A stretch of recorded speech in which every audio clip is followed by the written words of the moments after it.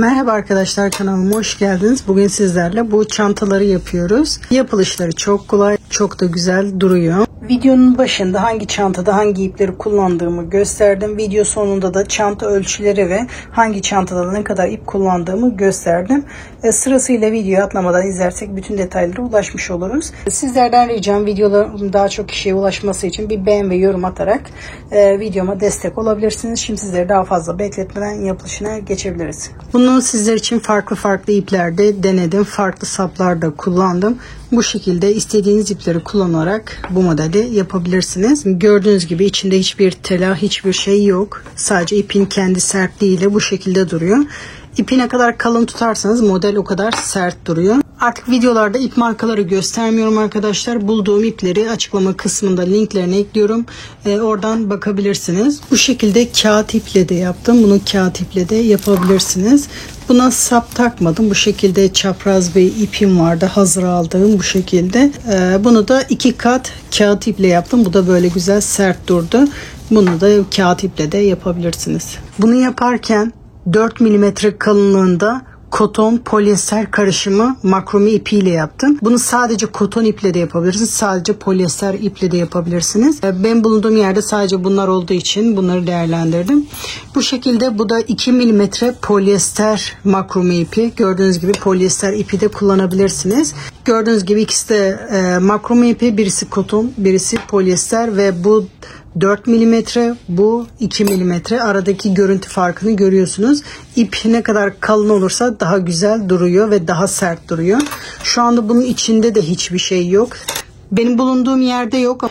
Türkiye'de bu çantaların içlerine yapıştırmak için kendinden yapışkanlı keçeler var arkadaşlar. Kağıdını çıkartıyorsunuz. Direkt hiç ütü istemeden yapıştırabiliyorsunuz. Onları kullanabilirsiniz. Benim olduğum yerde olmadığı için kullanamadım. Bunu da koton iple yaptım arkadaşlar. Bunu da 2 adet koton ipi birleştirerek yaptım. Tek katı yapmadım. Bu şekilde kullandığım koton ipin kalınlığı bu şekildeydi. 2 tane ipi birleştirerek bunu o şekilde ördüm. Şu anda videoda da ipimizi 3 kat yaparak bu şekilde öreceğiz. İpiniz ince olabilir. Bu şekilde benim gibi 2 kat 3 kat yaparak da yapabilirsiniz. Buna da gümüş sap kullandım. Yaklaşık 2 milimetreye yakın olan koton iplerden 3 tane ip bir araya getirerek öreceğim. Bunu örerken de 6,5 milimetre tığ kullandım. İsteğe bağlı farklı numara tığlar kullanabilirsiniz. Bu 2 tane koton ipi bir araya getirdiğim siyah çantada 2 koton ipi birleştirdiğimde 5 milimetre tığ kullandım. Bu 4 milimetreyi örerken de aynı şekilde 6,5 milimetre tığ kullandım. Bu 2 milimetre polyester makromeyi örerken de 4 milimetre tığ kullandım. Bu tığ numaralarını siz kendi elinize göre değiştirebilirsiniz. Bu bozuk para çantalarını kullanırken aynı şekilde koton ip kullandım. Tek kat olarak ördüm. Bunda da 4 milimetre tığ kullandım. Gördüğünüz gibi istediğiniz ipi kullanabilirsiniz. Ben en çok bu 4 milimetre kalın iple ördüğüm çok hoşuma gitti. Böyle kalıp gibi duruyor. Ve hani içine hiçbir şey gerektirmiyor. Şimdi bunlara fermuar dikebilirsiniz. Bu şekilde açıkta bırakabilirsiniz. Gördüğünüz gibi buna ben fermuar diktim. Fermuar dikmeyi de göstereceğim. Şimdi aynı modelle ben bu şekilde bozuk para çantaları yaptım. Bu aparattan büyüğünü bulabilirseniz bu şekilde büyük çanta da yapabilirsiniz arkadaşlar. Ben sadece bunu bulabildim. Büyüğünü bulamadım. Büyüğünü bulunca da bu şekilde böyle çantalarda yapabilirsiniz. Gördüğünüz gibi aynı aparat. Bunu bir sıra daha fazla örünce şekli bu şekilde oldu. Bunu da yapım aşamasında nasıl dikebileceğinizi göstereceğim. Gördüğünüz gibi ben bu şekilde saplardan kullandım. Bunlar makrome işlerinde kullanılan duvar süslerindeki halkalar. Bu renk değiştirmeyen, paslanma yapmayan bu halkalardan bulabilirseniz bunlardan kullanabilirsiniz. Bunun çapı 23 santim. Bozuk para çantasında kullandığım bu aparatta 8,5 santim. Dediğim gibi ben yurt dışında yaşıyorum. Yabancı markalar kullanıyorum. Ve bulduğum ürünleri açıklama kısımlarına eklemeye çalışıyorum arkadaşlar. Şimdi koton iple başlayacağız. Şimdi modeli yaparken bu şekilde 3 kat ip kullanacağım. 3 tane ipi bir araya getirerek başlayacağım. Bunu tek kat, 2 kat nasıl isterseniz o şekilde yapabilirsiniz. Şimdi sihirli halka yaparak başlıyorum. Orta parmağımdan önden arkaya doğru bu şekilde doluyorum. Birleşim noktasından tutuyorum. Tığımı bu şekilde düğüm atıyorum. Halkamı bu şekilde oluşturuyorum. Bu benim ilk zincirim. 3 zincir çekerek ilk trabzanımı oluşturuyorum. Bu benim ilk trabzanım. Şimdi halka içerisinde toplamda 8 trabzan yapıyoruz.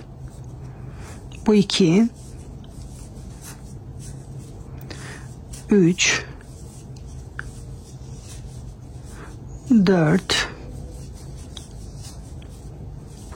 5, 6,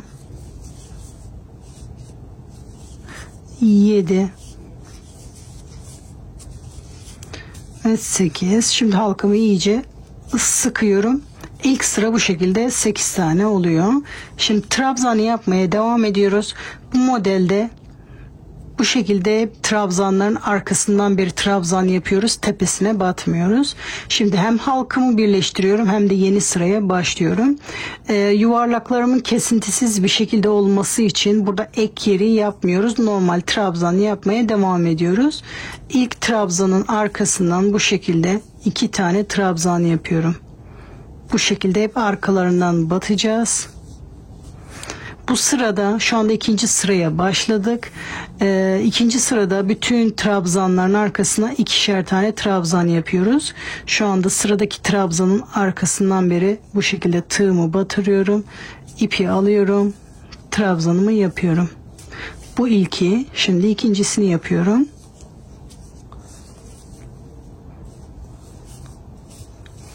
Sıradaki trabzanın arkasından beri 2 trabzan yapıyorum. Bu şekilde bütün trabzanların arkasından 2'şer tane trabzan yapıyoruz. Şimdi burası bizim sıra başlangıcımız. Gördüğünüz gibi normal trabzanları bitirip çift yapmaya başladık. Buraya işaret alalım. Sıra sonu buraya kadar olacak. Yeni sıraya orada tekrar başlayacağız. Sırayı birleştirmeden. Sıradaki trabzanın arkasından beri 2 trabzan.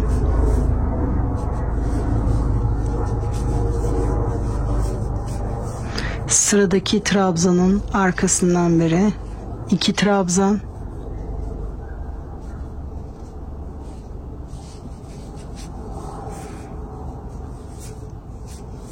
Sıradaki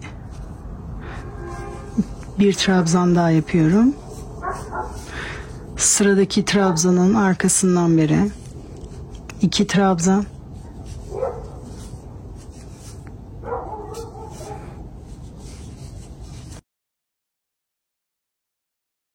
Bu taraf çantanın tersi olacak. Düzü arkası olacak. Gül kısmı arkada oluşmaya başlıyor. Sırasıyla bu şekilde 2'şer trabzan yapmaya devam ediyorum. Son bir tane kaldı. Bu son trabzanın arkasından beri 2 trabzan yapıyorum.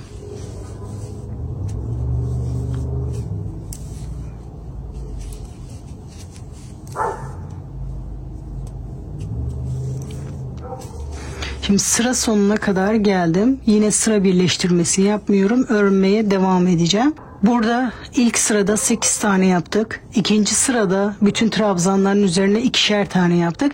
2'şer tane yani çift oluyor. Çift yaptık hepsinin üzerine. Bu sırada da bir tanesinin üzerine bir tane, bir tanesinin üzerine 2 tane. Yani bir tek bir çift yapacağız. İlkini tek olarak başlıyorum. Şu anda yeni sıraya başlıyoruz. Buna bir tek yani bir tane yapıyoruz. Sıradaki trabzana gidiyoruz. 2 tane yani çift yapıyoruz.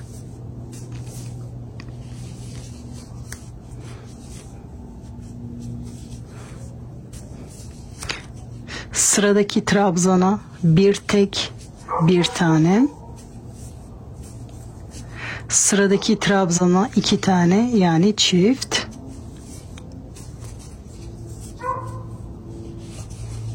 Bu sırayı da bu şekilde sıra sonuna kadar bir tek bir çift olarak yapıyoruz. Bir tek bir çift. Bu şekilde sıra sonuna kadar, şunu diğer tarafa geçirelim. Buraya kadar bir tek bir çift olarak yapalım. Sıra sonuna kadar geldim. Tek olarak başlamıştım. Çift olarak bitti. Şimdi yeni sıraya başlıyorum. Bu sırada da iki tek bir çift olacak. Çiftleri yaptığımız, iki tane yaptığımız yerlere denk getirmemeye çalışacağım. Şimdi burada tek yapmıştım diğer sırada. Şimdi çift olarak başlıyorum. İlk trabzana iki trabzan, yani çift yapıyorum. Sıradaki trabzanlara birer tane, yani tek yapıyorum. Sıradaki trabzanda bir tek. Böyle ipleri bir araya getirirken örmesi zor oluyor. Tek kalın ip bulursanız sizin için daha iyi olur. Burada çift yapıyorum.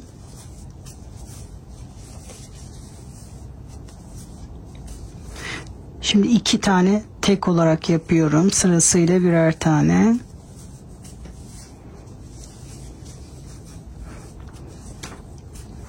Şimdi çift yapıyorum. Bu sırayı da bu şekilde sıra sonuna kadar iki tek bir çift olarak yapmamız gerekiyor. Çift olarak başladım. Tek iki tane tek olarak bitmesi gerekiyor. Şimdi sıra sonuna kadar yapalım. Sıra sonuna kadar geldim. İki tek olarak bitti. Şimdi yeni sıraya başlıyorum. Bu sırada da 3 tek bir çift olarak başlıyorum. Burada en son çift yaptığım için bunlara tek yapıyorum. 1, direkt 2, 3 tek. Yani bu sırada 3 tek bir çift yapacağım diye burada 3 tane tekle başlamak zorunda değilim. Burada çift yapmak istiyorum mesela. 2 tek olarak başladım. Bu üçüncüye bir çift yapıyorum. Ondan sonra 3 tek yapmaya devam ediyorum. Burada 2 tek olarak başladım. Burada biterken de bir tek olarak biteceğim. Toplamda 3 olacak. Yine aynı ölçü olacak. Şimdi 3 tane tek yapıyorum. 1 2 3. Şimdi bir çift yapıyorum.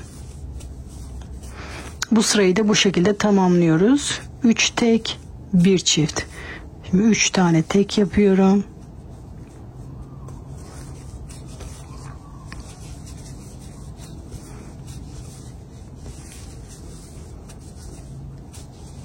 Şimdi de bir çift yapacağım. Bunu da bu şekilde sıra sonuna kadar yapalım.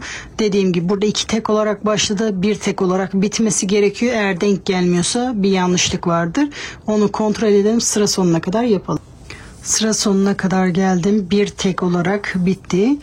Şimdi bu sırada da 4 tek bir çift olarak devam ediyoruz. Şimdi çoğaltma yerlerini aynı yerlere denk getirmek istemiyorum. Şimdi bir tek bir çift olarak başlıyorum. Bir tek yaptım. Bir çift yaptım. Şimdi 4 tane tek yapıyorum. 1 2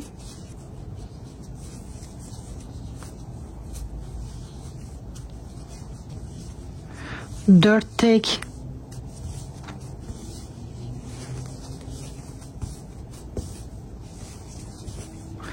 bu şekilde bir çift olarak yapıyoruz. Şimdi bu sırayı da 4 tek bir çift olarak sıra sonuna kadar yapıyoruz. Burada bir tek başlamıştım. 3 tekle bitmesi gerekiyor. Şimdi bunu tekrar göstermeye gerek yok. Bu şekilde her sırada bir tekleri çoğaltıyoruz. Şu anda 4 tek yaptık. Bir dahaki sırada 5 tek bir çift, 6 tek bir çift, 7 tek bir çift, bu şekilde hep tek tek ekleyerek devam ediyor. Bu yaptığınız ipe, yapacağınız ölçüye göre sıralar değişiklik gösterebilir. Ben bunda 7 tek bir çift olarak bitirdim. Şimdi o şekilde yapacağım. Dediğim gibi siz istediğiniz genişlik ölçüsüne gelene kadar yapıyorsunuz. Şimdi ben bunu hazırlayıp sıra sonuna kadar geliyorum. Son sırayı birlikte yapıyoruz. Şimdi ben bunu çantamı yapmak istediğim genişliğe kadar ördüm. Son sırayı 7 tek bir çift olarak yaptım. Şimdi sıra sonuna kadar geldim. Burası benim sıra başlangıcıydı. Oraya kadar geldim. Şimdi tekrar bir sıra daha öreceğim ama bu sırada hiç çoğaltma yapmayacağız. Sadece bütün trabzanların üzerine bu şekilde birer tane trabzan yapıyoruz. Hiç çoğaltma, eksiltme yapmıyoruz. Şimdi hem son sırası oluyor, hem bu kenar kısmı oluyor, hem de bu şekilde kulpları takıyoruz bu sırada.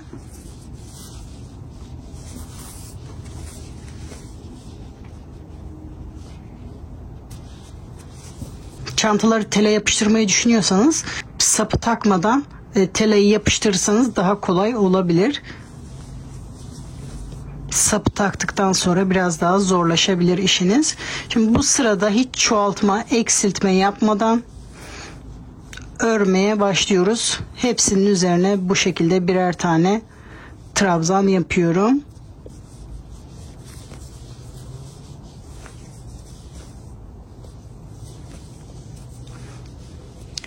Burası benim başlangıç noktam. Nereye kadar bunu öreceğiz onu da göstereyim. Nasıl bir sap kullanacaksanız, sapın nasıl durmasını istiyorsanız o şekilde ayarlıyoruz. Mesela bu şekilde tutturduğum zaman gördüğünüz gibi sap kısmı daha büyük. Çantam küçük olduğu için sap da ona göre biraz büyük. Bunu küçültmek için ben şu şekilde takacağım. Gördüğünüz gibi böyle bu şekilde buraya kadar örmem gerekiyor. Şimdi bunu bu şekilde öreceğiz. Sap birleştirme yerine gelene kadar. Burada hem sap yerini hem de fermuar yerini belirlemek gerekiyor. Benim başlangıç noktam burası. Burada fermuar bitimiyle başlangıç kısmını ayarlamamız gerekiyor. Şimdi burası fermuarda ne kadar boşluk bırakacağımızı da belirlemek gerekiyor. Fermuarınız uzun olabilir. Fazlalığı böyle çantanın içine bırakabiliriz. Ben azıcık uzun olacak fermuarım. Kullandığım fermuarda 30 santim. Bu bir tık büyük benim için. Biraz fazlalık bırakacağız.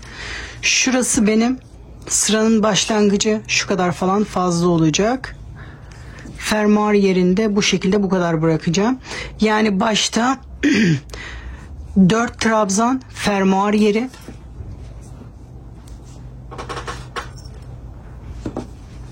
Başlangıç yerine kitli iğnemi takıyorum. Burada fermuar payı bırakacağım. 4 trabzan. Sonra sapımı yerleştiriyorum. Sapın ne şekilde duracağını karar vermemiz gerekiyor. Bu kenardan 4 trabzan bırakacağım. Burası tam sapın bittiği yer olacak. Şimdi sap kısmını ayarlıyorum. Ben şu şekilde durmasını istiyorum.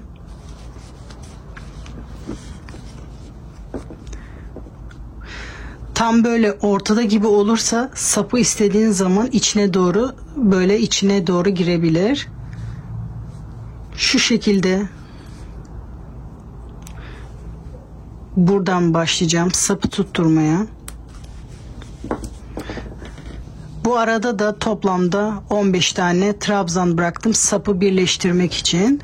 4 tane de burada fermuar bitimi olacak. 1, 2, 3, 4. Burası da fermuar bitimi olacak. Şimdi hem fermuar yerini hem de sap yerini belirledim. Dediğim gibi fermuarı daha kısa da yapabilirsiniz. Hiç eklemeseniz de olabilir. Gördüğünüz gibi bunda hiç fermuar yok. Bu şekilde kullanıyorum. Şimdi bu sırada hiç çoğaltma yapmadan hepsinin üzerine birer tane trabzan yapıyorum. Bu sap kısmına kadar. Bu kısım bir dahaki sırada birleştirme aşamasında gerekli olacak.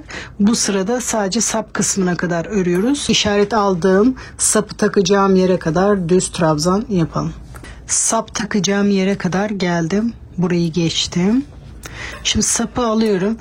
Bu sap kısmını benim yaptığım gibi yapmak zorunda değilsiniz. Direkt ördükten sonra da dikebilirsiniz. Hatta buralardan bile tutturabilirsiniz. Bu şekilde olunca dikmeye gerek kalmıyor. Bir de içine doğru ittirebiliyoruz.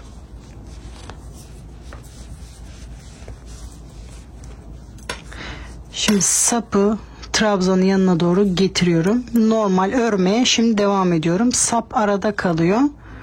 Bu şekilde normal örmeye devam ediyorum. sırasıyla tekrar hepsinin üzerine birer tane trabzan yapıyorum.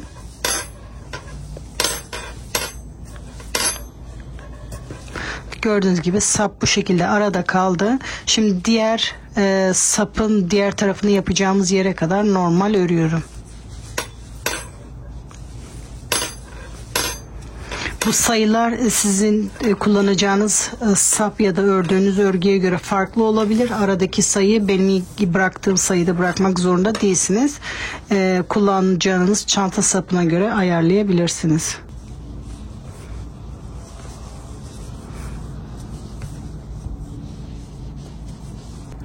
Şimdi diğer işaret aldığım yere kadar geldim. Şimdi tekrar kontrol ediyorum. İstediğim ölçü olmuş mu? Şu anda benim için güzel.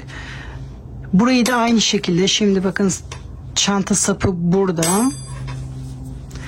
İki trabzanın arasında kalacak. Şimdi sıradaki trabzanın üzerinde bu şekilde trabzan yapmaya devam ediyorum. Buradaki sap da burada kalmış oluyor. İstediğimiz zaman içine doğru ittirip tekrar dışarı çıkartabiliriz. Şimdi ben burada sıramı bitireceğim. Bu ilk parçam olduğu için sıramı burada bitireceğim. Direkt bu şekilde bitince bu şekilde direkt bitmesin. Böyle de tam yuvarlakmış gibi bitsin diye sıradakinde çakma trabzan, sıradakinde çakma trabzan yapıyorum. Şimdi sıradakinde normal bir sık iğne yapıyorum ama hep etrafından yapıyoruz. Bu sonuncusuna da bir iç sürme yaparak ipimi burada kesiyorum.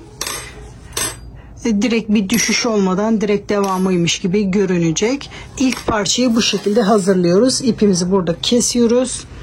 Arkada saklıyoruz. Şimdi bunun gibi aynı bir parça daha yapıyoruz. Ama onda burada ipimizi kesmiyoruz. Normal bir şekilde buraya kadar geliyoruz. Sonra birleştirmeye devam ediyoruz. İkinci parçayı da buraya kadar örelim. Şimdi ikinci parçayı da buraya kadar hazırladım.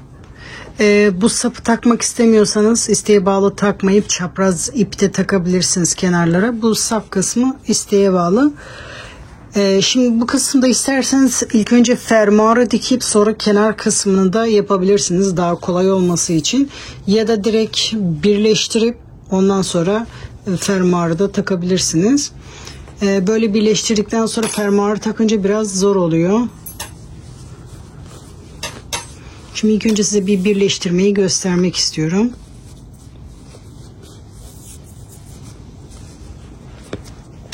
Şimdi 4 trabzan buradan atlıyorum.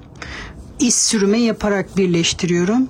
Bunun arka telinden karşıdakinde benden taraftaki tellerine batarak bu şekilde iç sürme yapıyorum. Bir tel buradan, bir tel derken 3 katı birden, hani bu şekilde tepesine değil sadece bu taraftaki tellerine batarak iç sürme yapıyoruz. Bu taraftaki telleri karşı taraftan da buradaki tellerine batarak iç sürme yapıyoruz.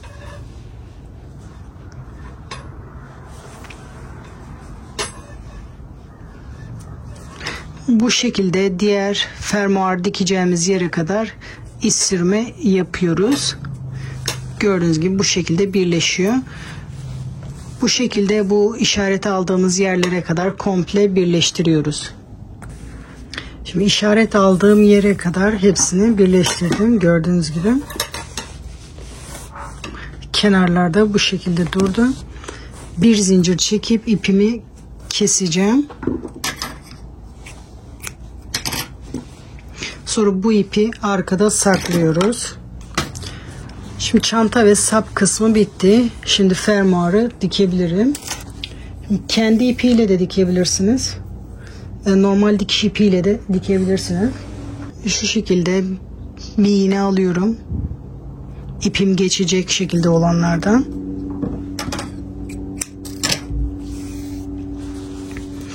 Sapı taktıktan sonra bunu dikmek biraz zor oluyor.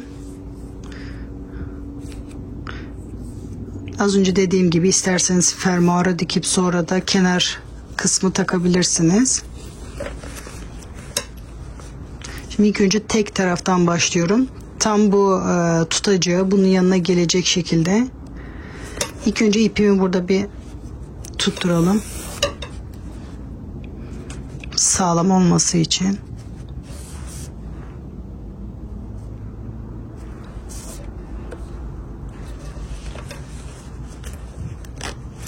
İyice kapatıyorum. Tam kenara gelecek şekilde dikmeye başlıyorum.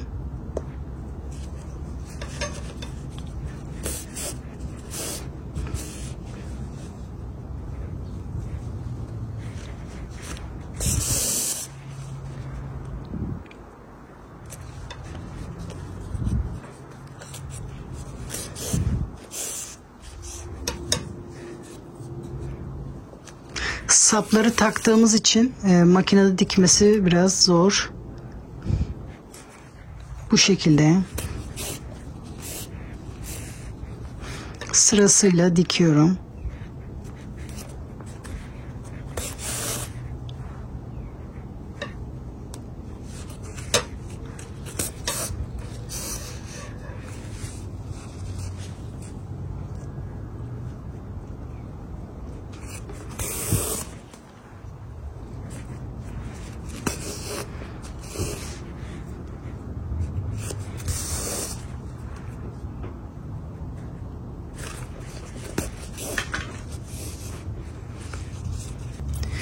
Dikerken bu kısmı çok esnetmememiz gerekiyor.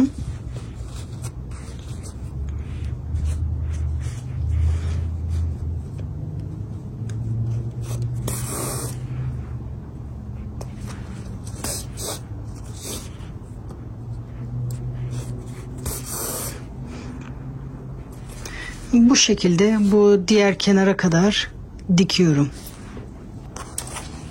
Şimdi sıra sonuna kadar yaklaştım. Gördüğünüz gibi burada fazlalık vardı. Fazlalığı içine atıyorum. Dikerken kamera altında biraz zor olduğu için çok fazla dikim aşamasını gösteremedim. Çünkü bu şekilde rahat olmadığım için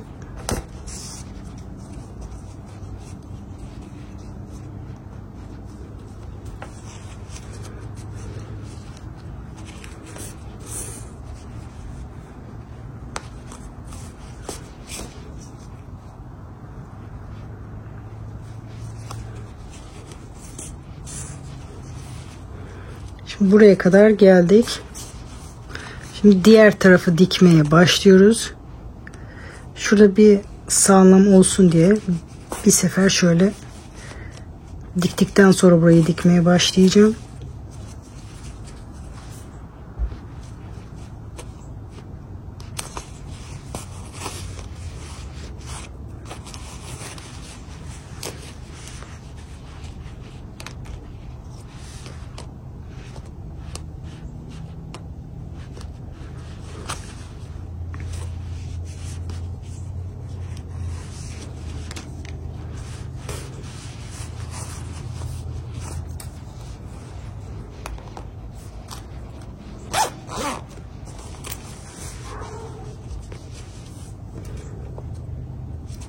Şimdi aynı şekilde bu tarafı da dikmeye başladık. Şu kısmı atlattıktan sonra açık dikmek biraz daha kolay olacak.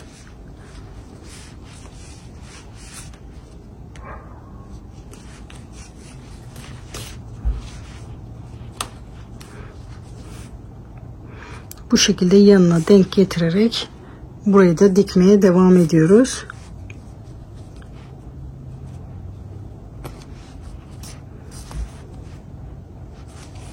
Şimdi burayı da sıra sonuna kadar dikelim. Fermuarı da bu kenara kadar diktim.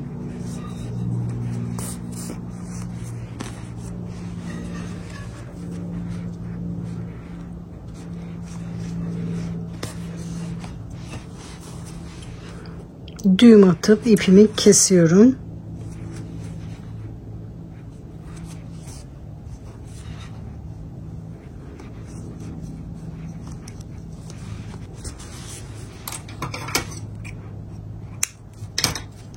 Bu şekilde fermuar takma işlemi de bitiyor.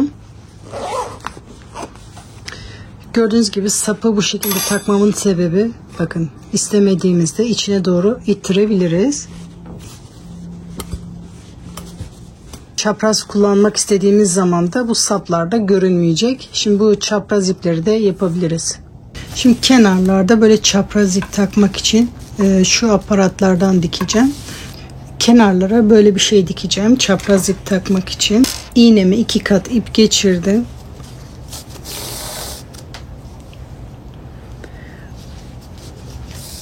Burada bir düğüm atıyorum ipimi sıkılaştırmak için.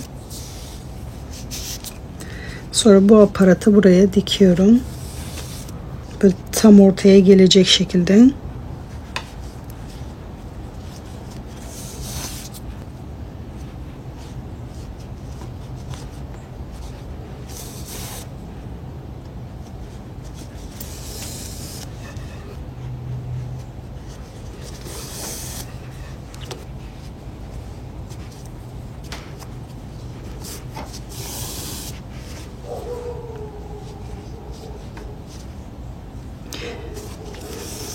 Şimdi arkada düğüm atması zor olacağı için önde düğüm atacağım.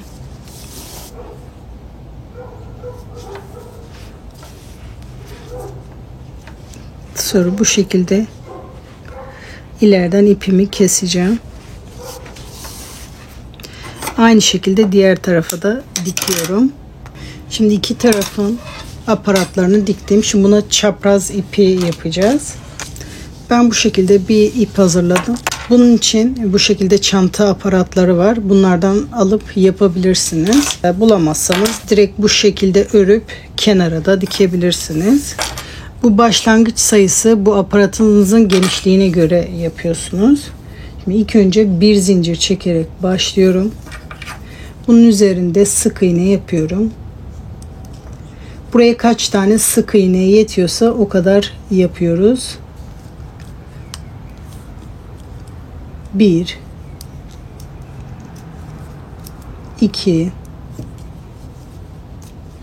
3 4 5 6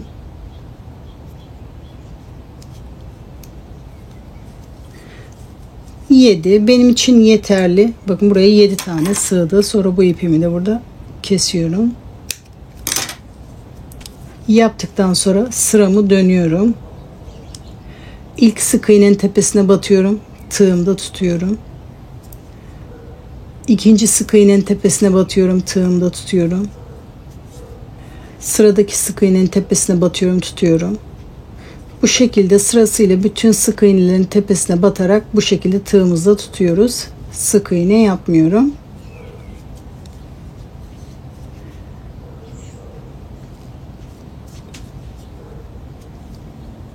Bu şekilde tığımda tutuyorum. Şimdi sırasıyla bunları yapıyoruz. İlk ikisini birlikte yapıyoruz. Sonra ikisini birlikte yapıyorum. İkisini birlikte sırasıyla 2-2 yaparak sıra sonuna kadar geliyoruz.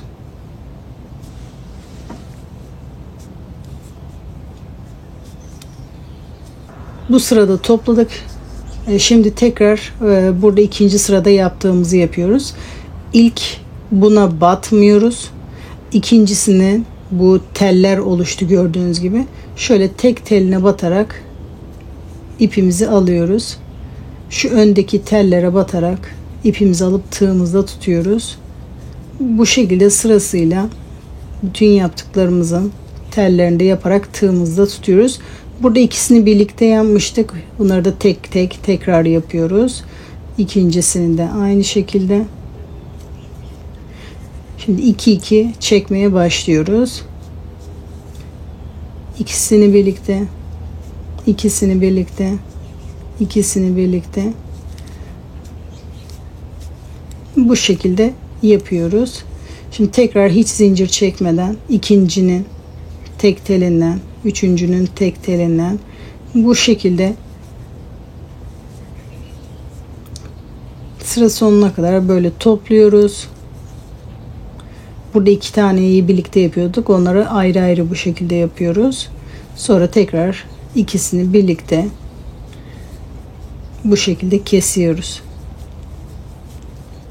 Bunu böyle yapmak istediğimiz uzunluğa kadar bu şekilde devam ediyoruz. Böyle yapmak zorunda değilsiniz. Direkt sık iğne de yapabilirsiniz. Bu şekilde hoşuma gittiği için böyle yaptım ben. 2 topluyoruz. Bunu yapmak istediğimiz uzunluğa kadar yapıyoruz. Sonra diğer aparata bunu yapıyoruz. Yapmak istediğimiz uzunluğa kadar yapıp şimdi ben yapmak istediğim uzunluğa kadar yaptım. Çantamı üzerime takarak ölçtüm. Şimdi son sırada sık iğne yapacağım. Burada sadece tek teline batıyorduk. Şimdi hem tek telini hem de bu şekilde arasından geçirerek bir sık iğne yapıyorum. Tek telin arasından geçirerek bu şekilde sık iğne yapıyorum. Tersinden aparata birleştireceğim. Bu şekilde bütün bu boşluklara birer tane sık iğne yapıyoruz. Birleştirme aşamasını tersinden yapıyorum. Tersine dönüyorum. Aparatımı alıyorum. Şimdi bu sık iğnelerin tepesine batıyorum. Aparatın içinden de tığımı geçiriyorum. Bu şekilde sık iğne yapıyorum. Sıradaki sık iğnenin tepesine batarak aparatın içinden beri bu şekilde bakın ikisini birlikte sık iğne yapıyorum. Bütün sık iğnelerin tepesine aynı şekilde yapıyorum. Son bir sık iğne kaldı.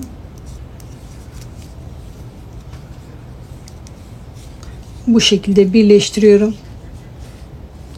Bu yaptığımız şey de tersinde kalıyor. Düzü bu şekilde oluyor. Bir zincir çekerek ipimi kesiyorum. Sonra bu ipi arkada saklıyoruz.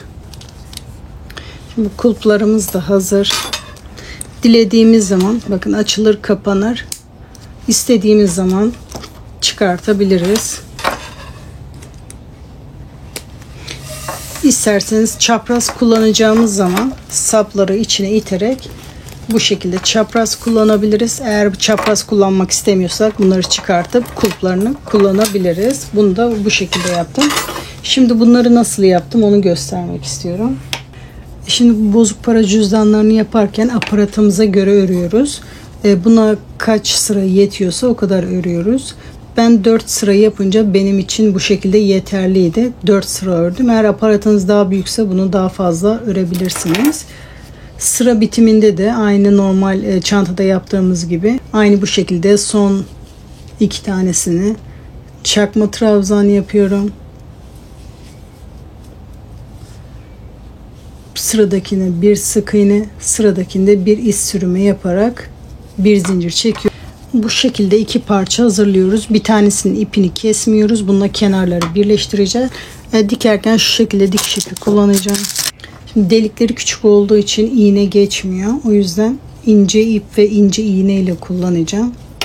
İlk önce ipimi burada düğüm atarak sıkılaştırıyorum.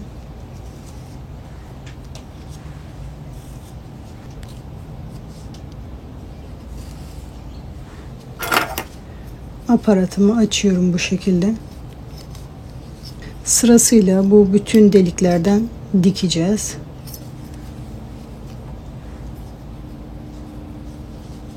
Gördüğünüz gibi arkasında hafif boşluk var.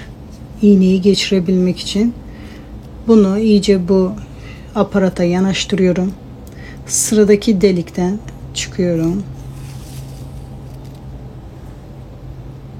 Sağlam olması için aynı işlemi bir kere daha yapıyorum aynı delikten. Sıradaki delikten çıkıyorum.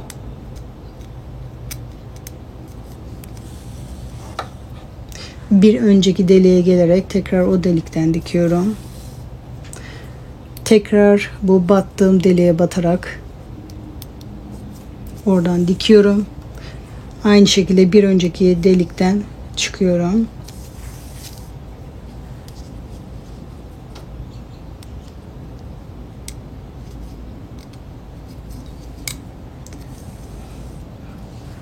Bir önceki battığım deliğe batarak bu sefer yanındaki delikten çıkıyorum.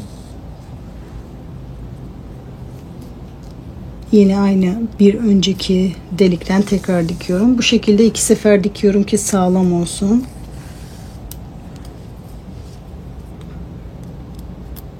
Bu sefer bir sonraki delikten yapıyorum. Bu şekilde ikişer defa dikiyorum. Eğer ipiniz bir tık kalınsa bunu birer defa da yapabilirsiniz. Bu şekilde sıra sonuna kadar dikelim. Bu şekilde sıra sonuna kadar buraya kadar dikelim. Şimdi tek tarafı diktim. Diğer tarafı dikiyorum. Burada henüz ipimi koparmadım. Çünkü kenar birleştirmeye devam edeceğiz. Bu diğer tarafı başlamadan önce dikmeye. Burayı çok az bir tutturmak istiyorum. Sonra zor oluyor.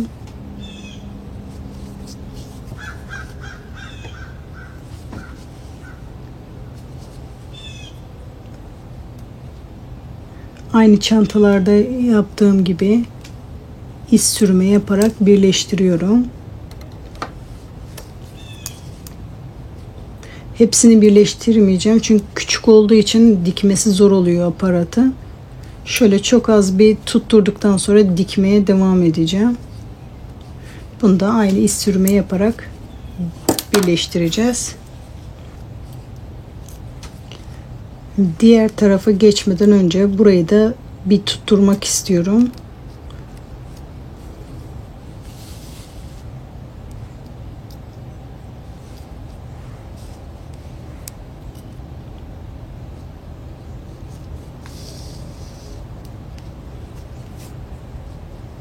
Bu kenarda şöyle tutturduktan sonra diğer tarafı dikmeye başlıyorum.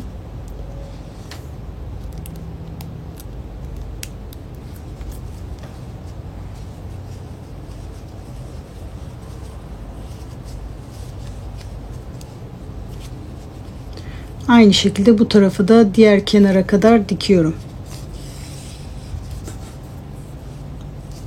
Burayı da aynı şekilde diğer tarafa kadar dikiyorum. Şimdi bu tarafı da sıra sonuna kadar diktim. Bunun da aynı şekilde ucundan beri bu şekilde ucunu dikiyorum. Ördüğüm parçayı. Sonra düğüm atıyorum.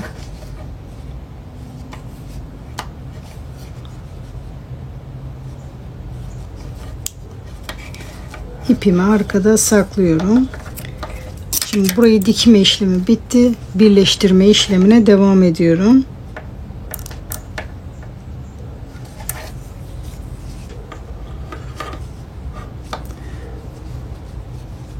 Burayı bu şekilde diğer kenara kadar birleştiriyorum.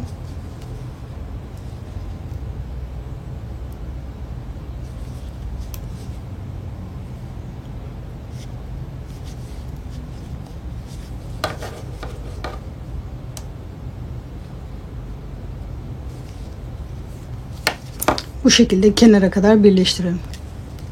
Şimdi sıra sonuna kadar geldim. Sonuncuyu da bu şekilde iz sürümü yapıyorum.